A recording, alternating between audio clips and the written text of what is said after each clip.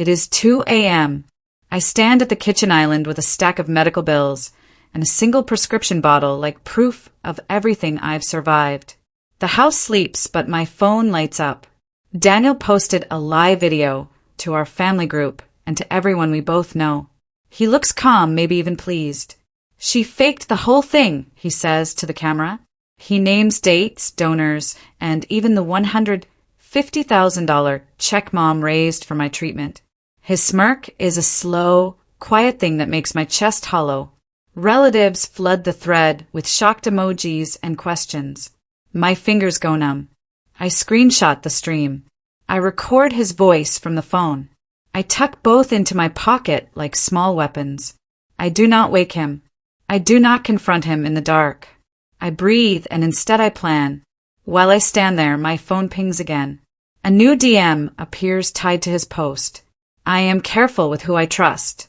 So seeing a woman I did not expect attached to his video makes the hair on my arms rise. The message preview shows a file name. My throat tightens. A second notification reveals a private message from someone called Nina Hart, fund admin, and the attachment is a bank receipt I never authorized. I force myself to breathe and take down the folder I keep under the sink. It is a slim, battered thing with hospital intake forms, blood work dates, and receipts from rides to chemo appointments. For months, I have kept it like an anchor. Alone at the kitchen table, I spread everything out. Where I had seen scattered proof of my life, a pattern slips into place.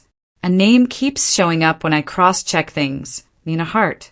Transfers, charity receipts, hotel receipts with night stamps I do not remember.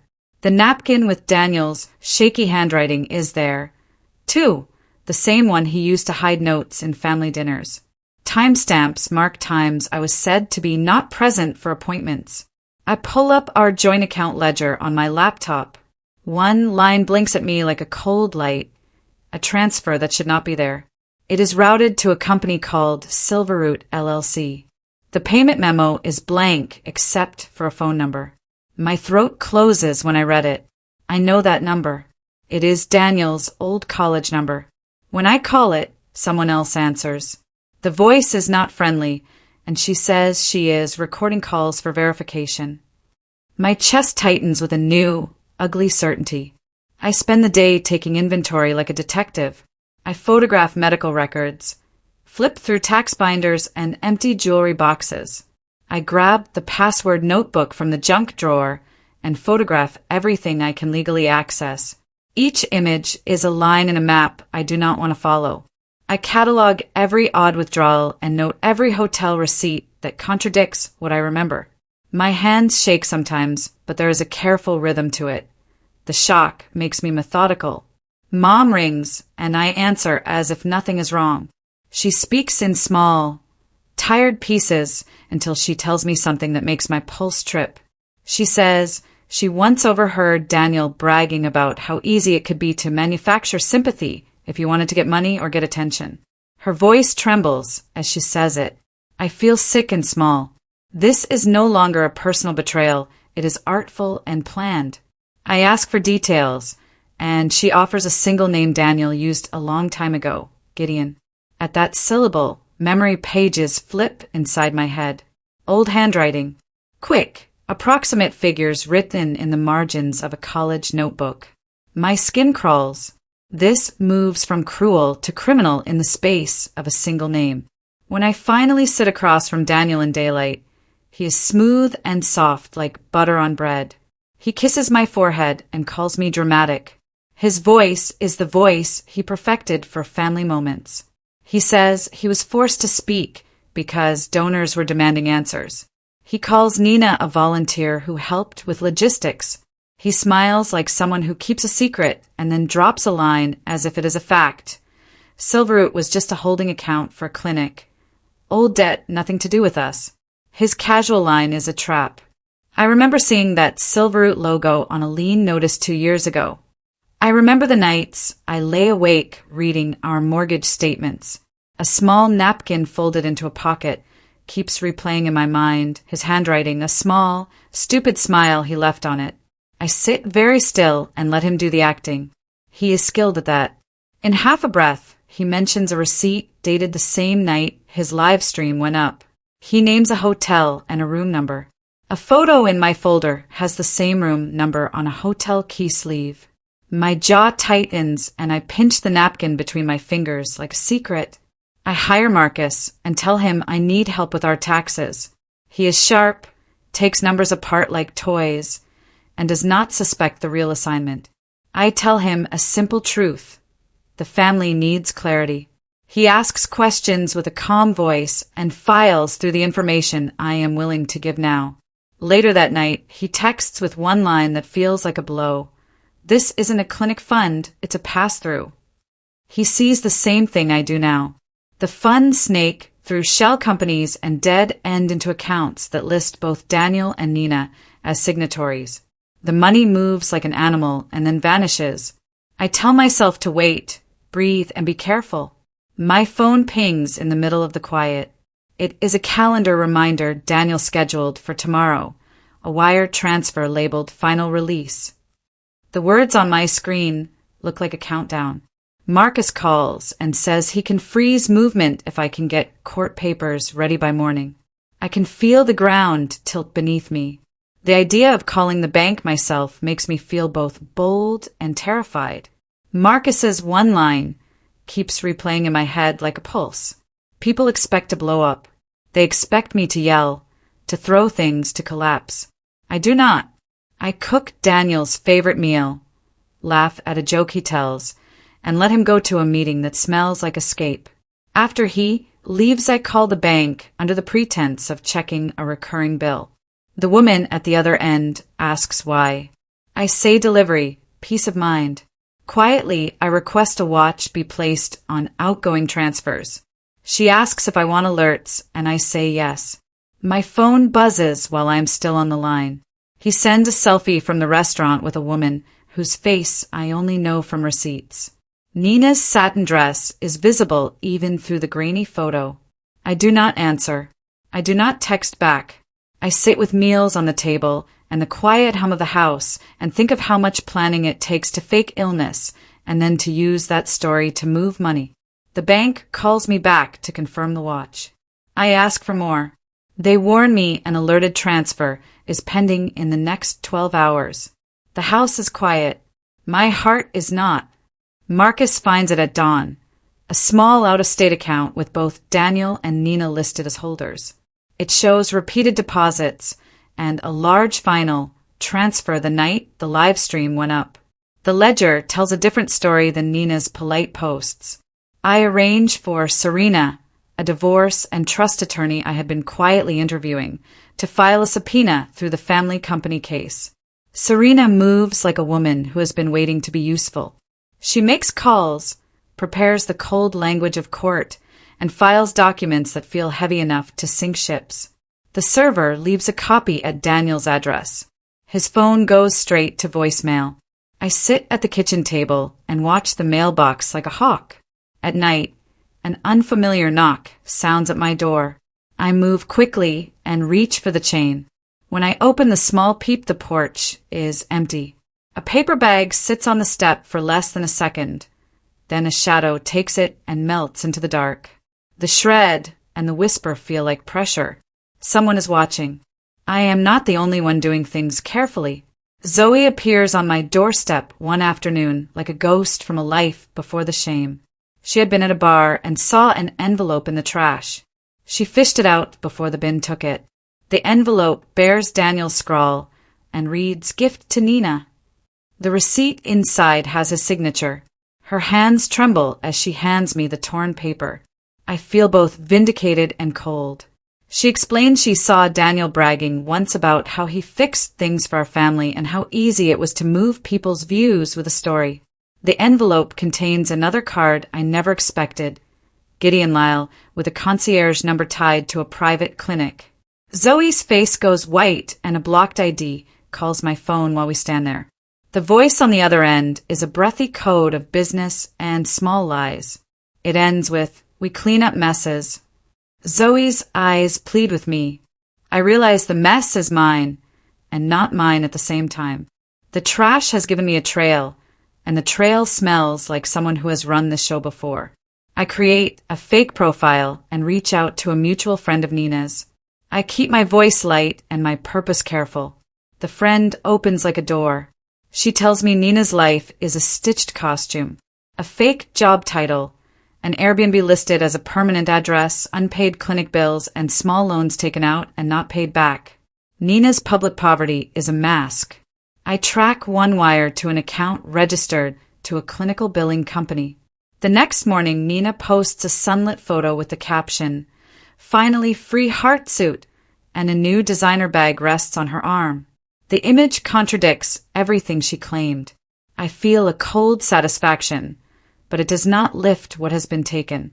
In the post's metadata, I see a geotag. It points to a mansion 2 towns over.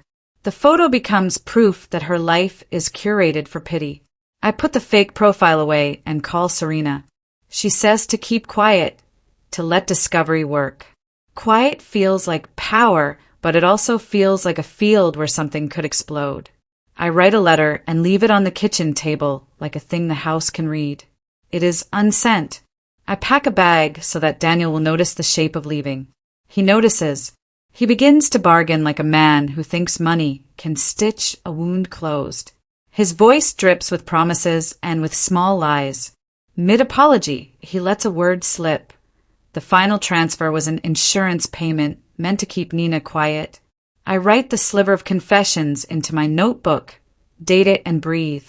He thinks he has me where he wants me. He thinks he can negotiate my silence. Then the doorbell rings. I answer and find a woman holding a press badge. A caution is in her eyes.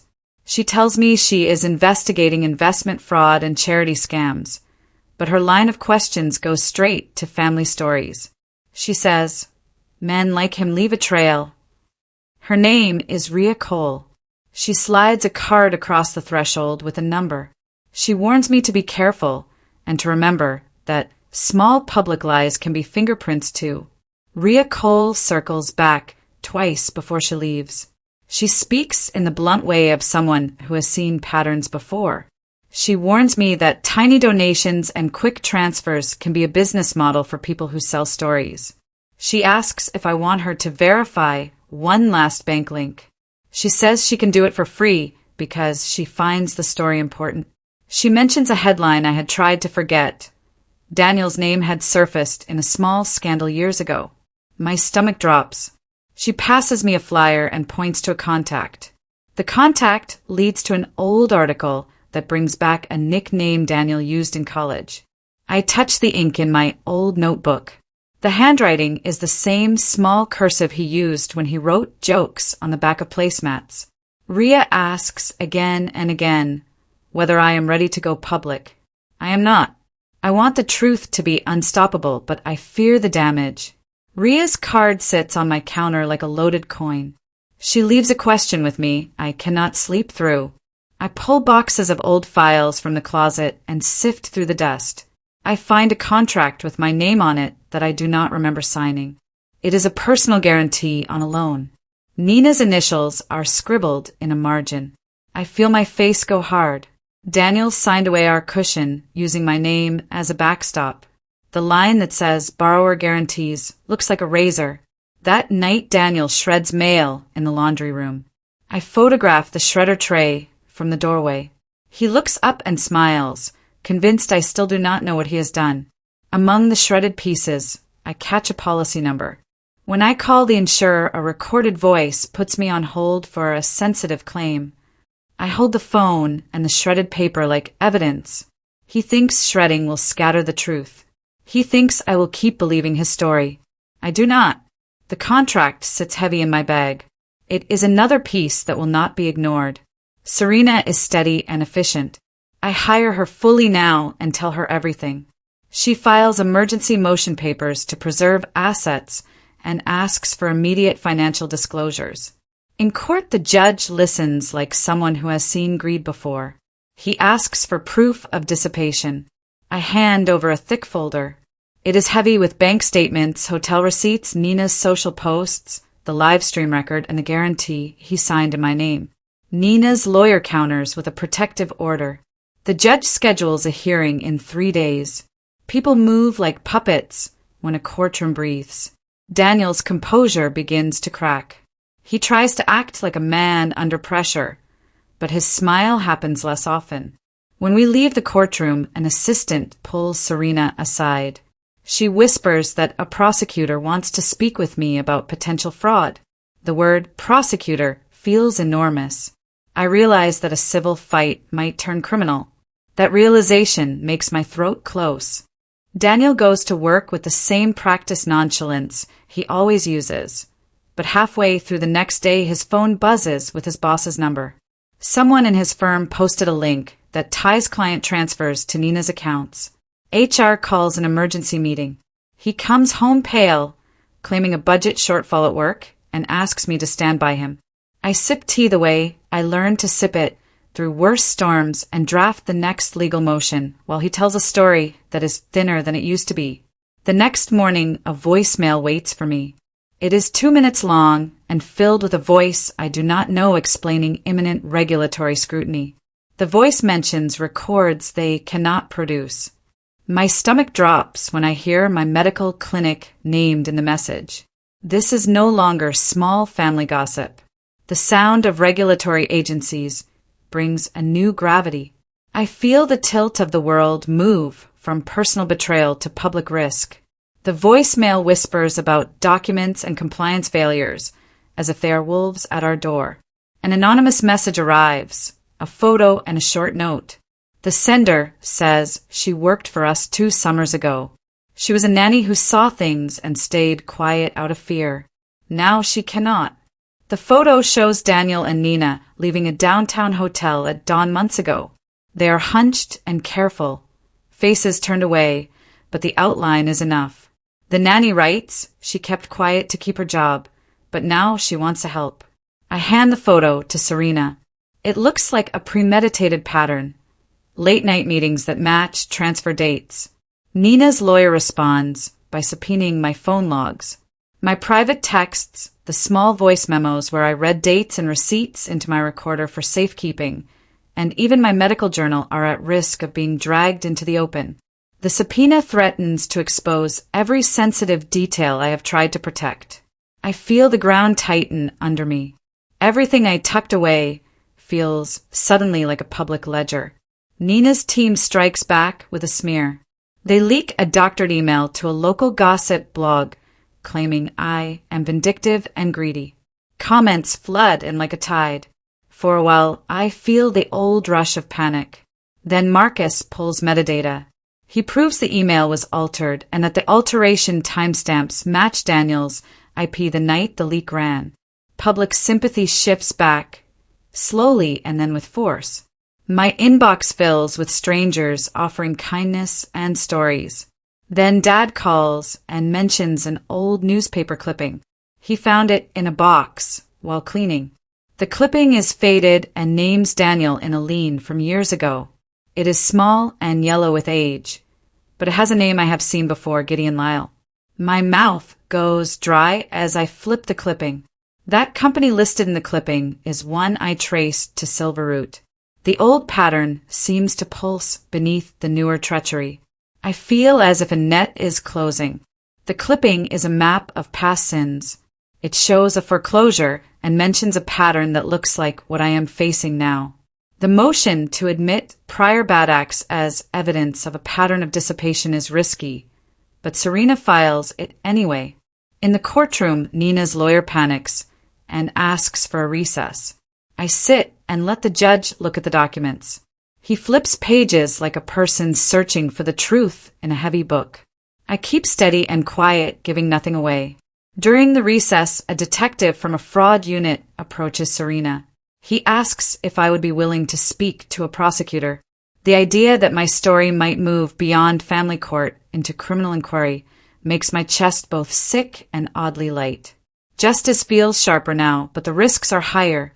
If the prosecutor takes this on, it will expose more of my private life.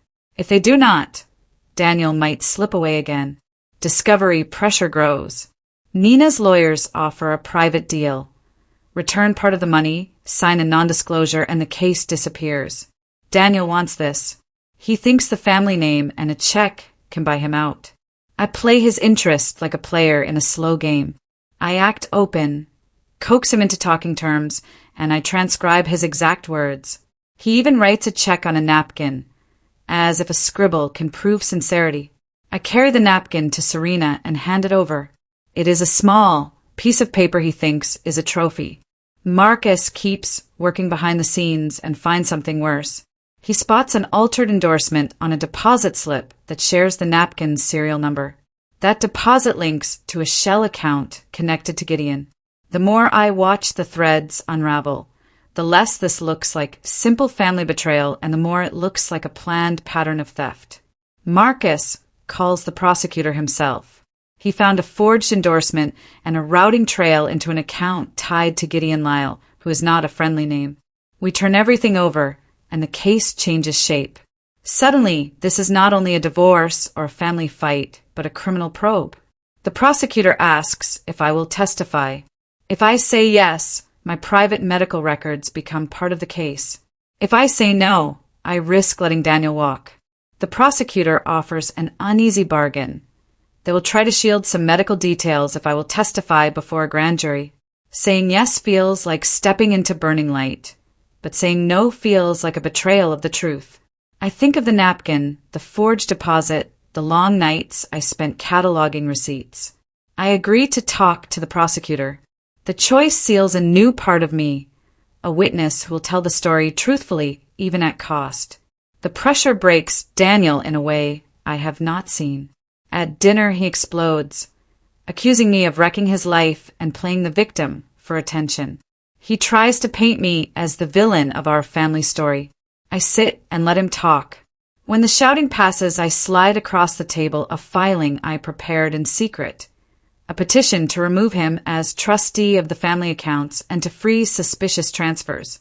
He stumbles like a man who always thought I would not move first. The papers are filed and served. Nina posts an emotional plea on social media, asking for understanding and forgiveness. The prosecutor calls with an urgent request. They ask if I will record conversation with Daniel if he comes to fix things one last time. The idea of wearing a hidden recorder feels like a trap door into the truth. I pause and listen to the echo of his words in my head. I meet with a detective and give every paper, every login, and every conversation I can remember. I testify in a preliminary hearing about the transfers and the pattern. The detective points at dates and timestamps and calls Daniel a suspect. The courtroom feels like an old theater where my small, steady voice must carry the weight of fact. Outside the courthouse, an old neighbor named Mr. Ellis hands me a business card. He says he believes I can build something from the wreck and offers to help after the case. It feels strange to have an ally appear where I had only expected enemies. The prosecutor now wants me in front of a grand jury. The choice feels alchemical. Saying yes says you'll burn bridges and testify anyway. They ask a new thing. Will I wear a recording device to a planned meeting where Daniel will try to make amends? The device would capture his own words. I feel the sharp edge of a decision. Family court delivers a judgment that feels like a small, precise victory. The judge rules the transfers were dissipation of marital assets and orders a disproportionate split in my favor to make up for the sham transfers. Nina gets subpoenaed by the prosecutor. Accounts freeze and restitution hearings are scheduled. I walk out with funds preserved and a sense of relief that is almost heavy. Daniel walks into a media storm. He looks smaller somehow. Nina faces criminal questioning and the weight on her shoulders becomes visible. I had wanted the truth to be unstoppable, but as the public watches, I feel a hollowness under the victory. Daniel's attorney files an emergency appeal and threatens to unseal parts of my medical records in retaliation. The threat feels personal and ugly. It could break my privacy wide open.